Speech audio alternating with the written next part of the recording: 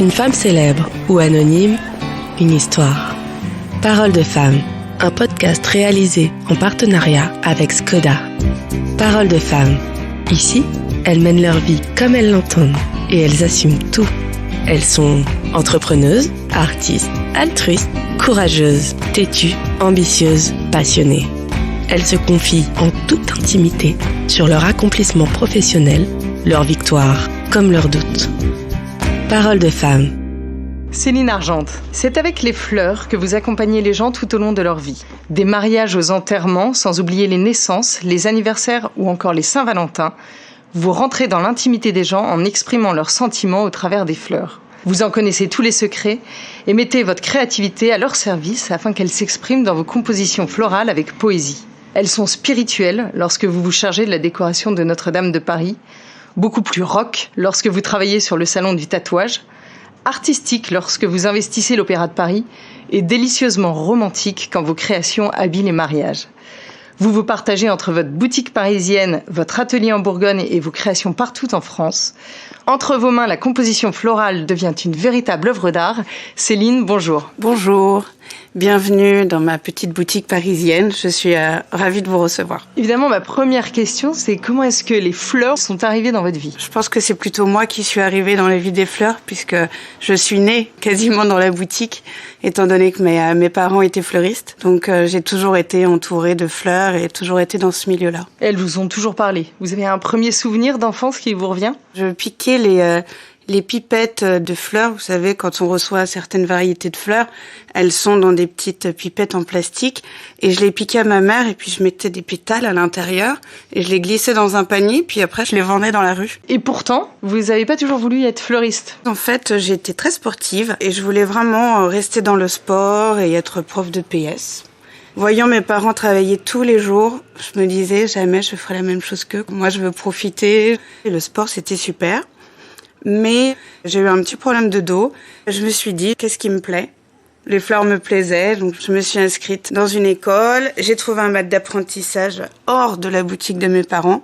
Et au final, ça m'a plu, j'ai continué. Et aujourd'hui, on est finalement dans la boutique de vos parents. Vous avez repris la boutique de vos parents. Oui. Vous avez quelques anecdotes à me raconter ? Oui, il y en a plein, des anecdotes. Une femme accouche, elle va avoir des fleurs. Enfin, même avant, elle se marie, je vais faire les fleurs du mariage. Le premier enfant, mais souvent le mari vient chercher le bouquet pour la naissance. Et je les accompagne un petit peu dans tout le cheminement de leur vie. C'est-à-dire qu'à chaque occasion, on a là des bonnes comme pour les mauvaises. Vous me racontiez que vous aviez un homme qui avait été infidèle et dont la femme refusait les bouquets. En fait, on avait reçu une commande où il fallait livrer une brassée de roses tous les jours à une femme. Et en fait, tous les jours, elle nous ouvrait la porte en nous disant « Mais dites-lui, j'en veux plus. Je veux plus de ces fleurs, je veux plus de lui. » Et tous les jours, on l'appelait en lui disant, il nous disait « Non, vous y retournez demain. » Et ça a duré une semaine. Et je crois qu'elle a jamais accepté d'ouvrir la porte au final. Et alors, il y a une petite spécificité, c'est que en bas de votre boutique, il y a un salon de tatouage. C'est quand même pas courant. Oui, un salon de tatouage traditionnel japonais. C'est mon conjoint qui s'est installé ici. J'avais déjà cette idée parce qu'en fait, avant que ce soit un studio de tatouage, ça a été un studio de danse où j'ai un de mes meilleurs amis qui est danseur de flamenco et quand il est arrivé en France, il n'avait pas de lieu où donner des cours. Donc on s'est dit, écoute, on va mettre du parquet, des miroirs et puis tu vas commencer tes cours ici. Ça a donné un peu une deuxième activité à la boutique. Et c'était assez drôle à l'époque de faire des bouquets et de voir des femmes entrer, sortir avec des jupes à pois, des froufrous. Les élèves aimaient cette ambiance et les clients aimaient bien aussi se demander qu'est-ce qui se passait. Comment on en vient à devenir la fleuriste exclusive de Notre-Dame de Paris ? C'était un concours de circonstances. C'était des fleuristes qui étaient installés sur l'île de la Cité. Des amis de mes parents, ils se préparaient à partir en retraite. À l'époque, ils avaient pensé à moi et m'ont demandé si je souhaitais être présentée pour prendre leur relais. J'étais jeune et je me sentais pas du tout dans l'esprit d'aller travailler pour la cathédrale Notre-Dame de Paris. J'étais pas catholique, j'avais des tatouages plein le corps, ça pouvait pas coller. Et quelques mois plus tard, il a eu un problème au genou et m'a demandé de le remplacer. Le remplacement s'est très bien passé. L'année suivante, ils ont pris leur retraite et c'est la cathédrale qui m'a appelé directement en me disant « Écoutez, vous avez travaillé pour nous l'année dernière, on a été très satisfaits, on aimerait continuer avec vous ». je n'ai pu que accepter. Si je me trompe pas, la première fois que vous avez mis les pieds dans Notre-Dame de Paris pour fleurir, vous étiez mis une petite pression et vous étiez couverte. Je m'étais dit non, quand même, je peux pas montrer mes tatouages, donc j'étais vraiment allée un petit pull noir, un col Claudine, très sage, première de la classe. C'était pour Noël. J'étais en train d'installer une composition devant la couronne d'épines. Je piquais de l'eucalyptus laqué rouge. Et tout d'un coup, j'entends « Oh, mais ce rouge, ça fait pute, j'adore ça !» Et je me retourne, et là, c'était quelqu'un de la cathédrale qui se présente à moi en disant « Oh là là, enfin un petit peu de modernité ici !» Je me suis dit « Tout va bien se passer ici, j'ai remonté mes manches, j'ai retiré le col Claudine et... » Ça vous a désinhibé. Ça m'a complètement désinhibée et détendue, surtout.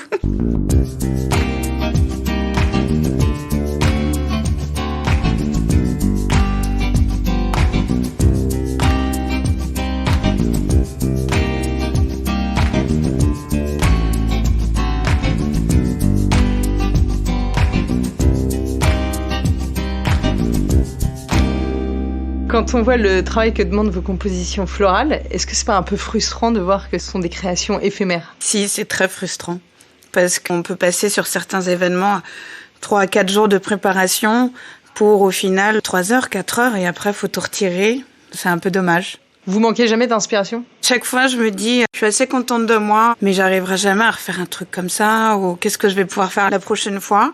Et puis, au final, chaque fois, ça ressort. Dans un autre domaine, vous travaillez également à l'Opéra de Paris. Je travaille pour un des grands mécènes des Opéras de Paris qui m'appelle pour chacune de ces soirées de mécénat.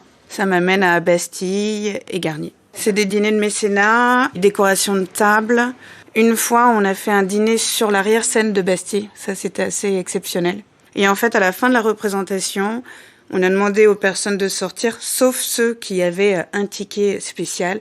Et ils avaient retourné tous les décors et les gens dînaient au milieu du décor du lac des Cygnes. C'était assez incroyable. Vous avez donc votre boutique, vous avez tous les événements, les lieux que vous fleurissez, mais vous avez aussi un atelier en Bourgogne pour vos créations et le lieu de stockage de vos fleurs. Comment on s'organise quand on doit être à 3 endroits en même temps ? Je passe beaucoup de temps dans mon camion. À l'avant de mon camion, c'est un peu une deuxième maison. Hein. Il y a des tasses à café, il y a un peu de tout, parce que j'y passe beaucoup de temps. Ouais, c'est beaucoup de route. Je pense que si un jour j'arrête la fleur, je pourrais devenir chauffeur. Ça implique que vous alliez tous les jours à Rungis ? Je vais à Rungis tous les jours. Là, en ce moment, quand on est en été, c'est vraiment tous les jours pour ne pas avoir de stock. Quand j'ai repris la boutique, on avait une chambre froide que j'ai très rapidement supprimée pour vraiment avoir un circuit le plus court possible, c'est-à-dire que les fleurs de Rungis sont directement mises en vase, je stocke rien. C'est mieux pour les fleurs et la tenue des fleurs, moins pour mes heures de sommeil. Vous avez un travail qui est évidemment très prenant parce que vous voyagez beaucoup, vous avez votre boutique, le lieu de stockage en Bourgogne et tout ça, et vous êtes mère de famille, c'est un peu compliqué par moment ? Si, c'est pas tous les jours facile. Maintenant, mon fils est grand, donc là, c'est le bonheur, il est autonome. Mais non, c'était assez compliqué, ne serait-ce que déjà à sa naissance. Tout allait très très bien, mais j'ai accouché en décembre, c'est-à-dire que j'ai accouché à 10h50 et je crois qu'à 6h, j'étais au téléphone. J'ai appelé Rungis en ayant les pieds sur les étriers et en criant à mon fournisseur « Arrête de me faire des blagues, je suis en train d'accoucher, alors tu livres les fleurs tout de suite !» Quand mon fils est arrivé, au bout de 2 jours, les infirmières viennent me voir en me disant « Écoutez, on a une super nouvelle, la maman va bien, le bébé va bien, vous allez pouvoir rentrer. » Et là, je me suis écroulée en larmes. Et elle me dit, mais ça va pas? Je lui dis, si, ça va, mais en fait, là, si je sors, je sais que je vais retourner dans mon magasin et je vais retravailler tout de suite. Et je pense que je leur ai fait tellement pitié. Elle est partie, elle est revenue 30 minutes après en me disant, écoutez, j'ai peut-être l'impression que votre fils a peut-être un peu de température. On va vous garder une nuit supplémentaire. Et une fois sortie de la clinique, j'ai pas allaité mon fils parce que j'ai repris au bout de 3 jours le travail. Et je me voyais pas allaiter derrière un comptoir avec des fleurs à la main. Les petits gros inconvénients de ces métiers. Et vous avez fait le choix de vous installer au-dessus de votre boutique? Ouais, j'ai fait ce choix justement pour essayer de profiter au maximum de mon fils, c'est-à-dire je pouvais aller rapidement le chercher à l'école. J'ai été mère célibataire assez rapidement, mon fils avait 4 ans. Et le soir, j'essayais entre 2 clients de monter, lui donner une petite cuillerée de purée, aller lui faire un bisou. À l'époque, je fermais la boutique à 21h, donc un bébé à 21h, ça dort depuis longtemps. J'ai essayé d'arranger un peu au maximum.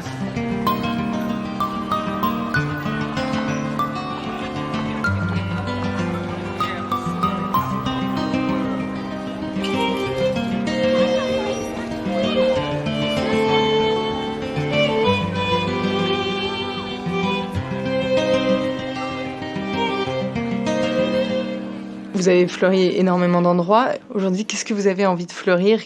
Qu'est-ce qui est magique pour un fleuriste ? Un défi, un lieu magnifique ? Maintenant, mon Graal, c'est de juste travailler avec des gens qui apprécient ce qu'on fait. Parce que d'avoir travaillé dans de grands endroits magiques, fait plein de choses magnifiques, c'est super. Mais de temps en temps, en fait, on est juste un prestataire. Souvent, on croise pas toujours les clients. On n'a pas de retour. Et là, d'être reparti sur les mariages, par exemple, on croise la mariée, on prépare tout avec elle. Maintenant, mon Graal, c'est de partager avec les clients, d'avoir le retour de mes clients, de ne pas être un numéro ou juste un prestataire qui fait quelque chose d'exceptionnel. Vous avez noté des modes en fleurs ? Quand mes parents, par exemple, ont commencé, c'était très, très traditionnel. Après, vous avez Christian Tortu, qui est un grand fleuriste, qui lui a vraiment démocratisé le retour à la nature. On a eu ces dernières années une grande mode du fleur tête à tête. Vous êtes plutôt fleuriste ou décoratrice aujourd'hui ? 50-50, même si au final, à titre personnel, au niveau de la boutique, je suis plus dans la décoration que dans le métier de fleuriste, ou voire même l'administratif, parce que entre Rungis le matin, décharger les camions, essayer d'envoyer les factures quand je pense à faire mes factures. C'est mon équipe maintenant qui est un peu plus dans le rôle de fleuriste direct que moi, malheureusement. Il y a qui dans votre équipe ? Nous sommes 4 au total. Je travaille avec des freelances sur les événements. Vous êtes un peu couteau suisse, comme une entrepreneuse. Complètement. Et un peu artiste. Oui, mais très couteau suisse. Est-ce que dans votre carrière, il y a un moment où vous avez eu envie de reculer, vous vous êtes dit que la marche était trop haute, que c'était pas possible ou que... Très régulièrement. Je me le suis dit encore la semaine dernière, quand je regardais le planning des semaines à venir, en me disant mais je suis complètement folle d'accepter 2 mariages en même temps, avec les mariages à 200 km l'un de l'autre. J'y arriverai jamais, je suis trop fatiguée, j'en peux plus. Mais bon, on continue et puis ça passe, ça marche. Qu'est-ce qui vous donne le second souffle ? De rentrer dans la boutique, de voir une équipe qui est là pour moi, donc je peux pas les décevoir, je peux pas les abandonner. Juste après, j'ai un téléphone qui sonne avec le prénom d'une mariée qui m'attend pour l'aider à passer le plus beau jour de sa vie. Plein de petits détails comme ça. Voir mon fils passer et me dire qu'il faut que j'aille au boulot parce que il faut continuer à l'élever. Plein de la vie, en fait. Il aime les fleurs aussi, votre fils ? Petit, il adorait. Il répétait à tout le monde qu'il serait fleuriste comme maman. Et moi, je passais derrière en disant non, jamais de la vie, je veux pas qu'il fasse ce métier. Maintenant, il aime bien, mais très rapidement. Vous avez des regrets d'avoir choisi cette carrière très prenante ? Non, aucun. Je regrette que ça n'ait pas été mon premier choix. Parce que je pense que je me serais jamais épanouie dans la vie en étant prof de PS. Alors qu'actuellement, même si je me plains régulièrement à moi-même, en fait, c'est un véritable bonheur. Et de quoi vous êtes le plus fier ? Je suis très fière d'avoir donné un second souffle à la boutique. À l'époque de ma mère, c'était plutôt un fleuriste très classique, traditionnel. Et j'ai réussi à le changer. Je suis quand même très très fière d'avoir tenu la boutique, de pas l'avoir coulée. Rétrospectivement, quel a été votre plus gros défi ? Je crois que le plus gros, ça a été de tenir la boutique, de continuer à essayer de développer l'événementiel en étant seule. Quel est votre prochain Everest ? Je suis en train de voir pour essayer de créer un lieu, un atelier un peu ouvert.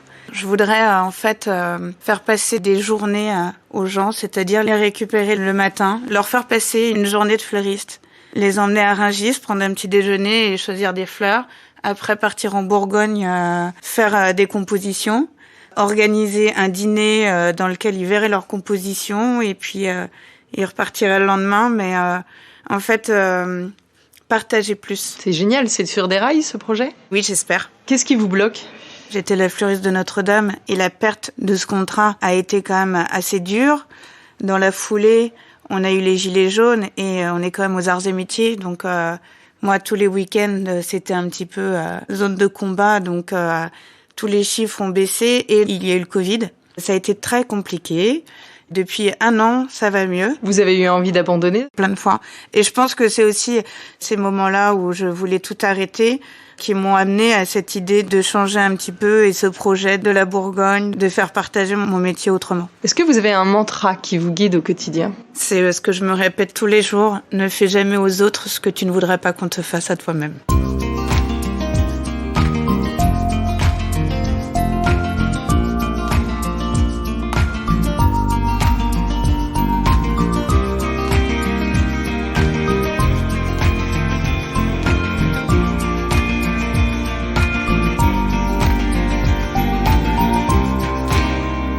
On va revenir un peu maintenant à un de mes sujets de prédilection qui est l'automobile. Dans votre métier, vous vous servez beaucoup de la voiture. Beaucoup, beaucoup. Est-ce que vous avez un objet qui ne vous quitte jamais sur la route ? Tout mon petit bazar, thermos de café, la bouteille d'eau, un cahier et un stylo au cas où il faille s'arrêter parce que j'ai un appel et il faut rapidement faire le rendez-vous ou noter les informations. Quel est votre meilleur souvenir en voiture ? Alors, ce sera un souvenir d'enfance. Petite, mes parents, quand ils partaient à Rungis de très bonne heure, ne pouvaient pas me laisser seule à la maison. Ils venaient doucement me sortir de mon lit en me laissant endormie, me poser dans le camion. Je me réveillais à l'arrière d'un camion, peut-être même de temps en temps à l'arrivée de Rungis, donc j'avais les fleurs autour de moi et c'était un très beau souvenir. À l'inverse, votre pire moment automobile ? Les baisses de morale, ça se passe en voiture.